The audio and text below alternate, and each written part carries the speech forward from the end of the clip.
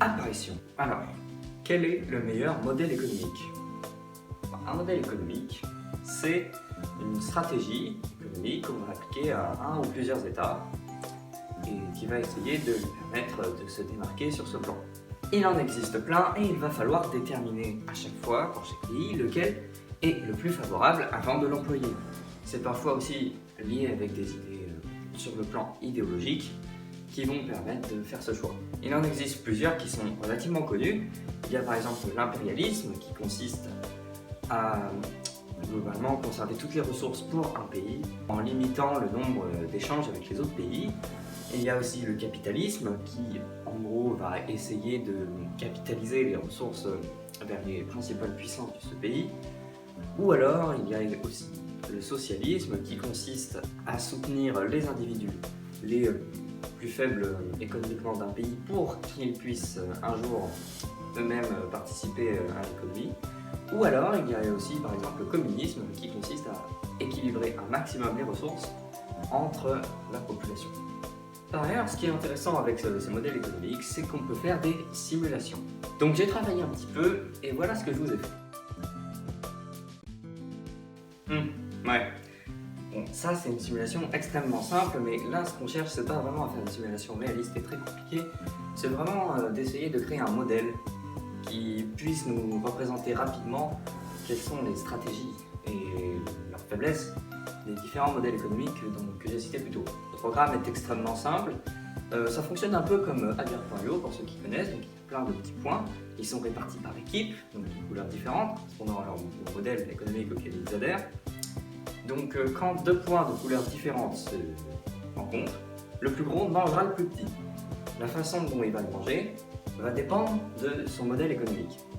L'impérialiste va directement conserver toute la matière pour lui. Le capitaliste ne va en prendre que la moitié et va donner l'autre au point le plus gros de son équipe. Le socialiste va en prendre la moitié pour lui et donner l'autre moitié au point le plus petit de son équipe.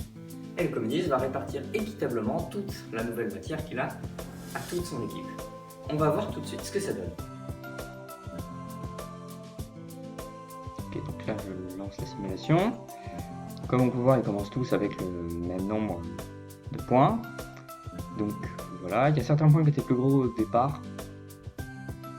Parce que sinon il y a personne qui mangerait personne.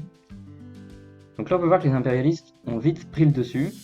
Et il n'y a plus personne qui sont capables vraiment d'arrêter ce point. Donc même si au total ils sont encore plus petits que les communistes, voilà, ça va pas tarder à s'arrêter. Voilà. Donc là, c'est typiquement les impérialistes qui ont gagné. Donc en fait, les impérialistes, ils ont une faculté à grossir très très vite, qui va leur permettre de gagner pas mal de parties. Donc là, on peut en lancer une par exemple. Donc voilà. C'est assez intéressant, hein. Ils gagnent assez souvent les impérialistes.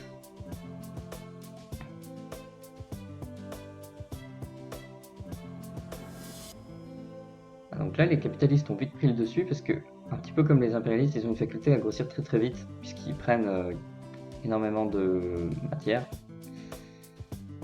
Voilà, donc là plus personne ne peut les arrêter, on sait très bien que ce sont les capitalistes qui vont gagner pour le coup.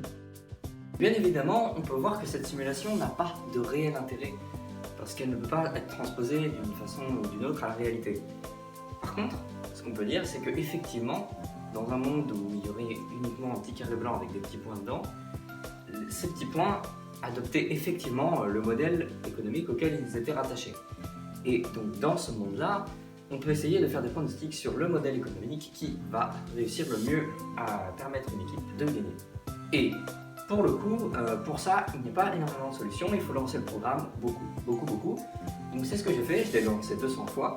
Donc rassurez-vous, pas 200 fois à la vitesse où on l'a vu, j'ai permis au programme d'aller très très vite et de donner lui-même les résultats. Et grâce à cela, j'ai pu constater que les impérialistes gagnaient quand même dans 42% des fois. Donc ça fait quand même beaucoup puisqu'on a 4 équipes, donc le fait que les impérialistes gagnent aussi souvent, cela signifie réellement que leur stratégie a un impact sur leur chance de victoire. En fait, ce qui se passe, c'est que même ils sont avantagés par les autres stratégies. Par exemple, regardez les socialistes. Quand ils mangent un rond plus petit qu'eux, ils en prennent la moitié et ils donnent la moitié au plus petit de leur équipe. Le problème, c'est que le plus petit de leur équipe a très peu de chances de manger quelqu'un d'autre, puisqu'il est petit. Donc ça va juste simplement donner plus de matière à des équipes comme les impérialistes. Et même si la plupart des points vont disparaître au bout de quelques secondes, il suffit qu'il y en ait un qui soit très très grand et plus personne ne peut le dépasser. Donc dans cette simulation, effectivement, ce qui compte c'est plutôt la taille du point le plus gros que la somme de la taille de tous les points de l'équipe. Ça n'importe pas trop. C'est pour cela que les communistes sont réellement en difficulté, ils ne gagnent que dans 7,5% des fois. Ils peuvent cependant gagner s'ils arrivent à détruire vraiment les plus gros impérialistes rapidement au début de la partie. Ils deviendront alors rapidement inarrêtables.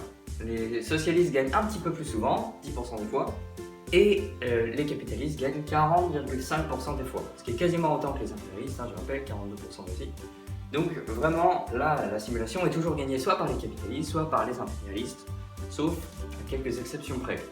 Donc ces deux équipes-là, qui ont quasiment les mêmes taux de réussite, sont donc vouées à gagner. En fait, le capitalisme se rapproche un petit peu de l'impérialisme dans le cadre où rapidement cela revient au même. En effet, rappelez-vous, les capitalistes, quand ils mangent un point plus petit qu'eux, ils en gardent la moitié pour eux et donnent la moitié au plus gros de leur équipe. Sauf que si c'est eux qui le mangent, il y a de fortes probabilités pour que ce soit aussi eux le plus grand de leur équipe. Donc ça revient globalement à manger tout par eux-mêmes, comme les impérialistes. Et c'est pour cela que leurs taux de réussite sont proches. Qu'y a-t-il comme conclusion à tirer de cela? En vérité, pas grand-chose, mais la simulation reste intéressante. Elle nous permet de voir que dans ce monde-là, effectivement, il n'y a que les impérialistes ou les capitalistes qui gagneraient. Mais attention, là on parle de l'équipe gagnante. Cependant, si on prend un point au hasard au début de la partie, dans n'importe quelle équipe, et qu'on estime sa chance de gagner, là la différence sera moins grande. Parce qu'en effet, quand les impérialistes gagnent, il n'y a que généralement 2 ou 3 survivants à la fin. Alors que quand les communistes gagnent, il y en a en moyenne 7.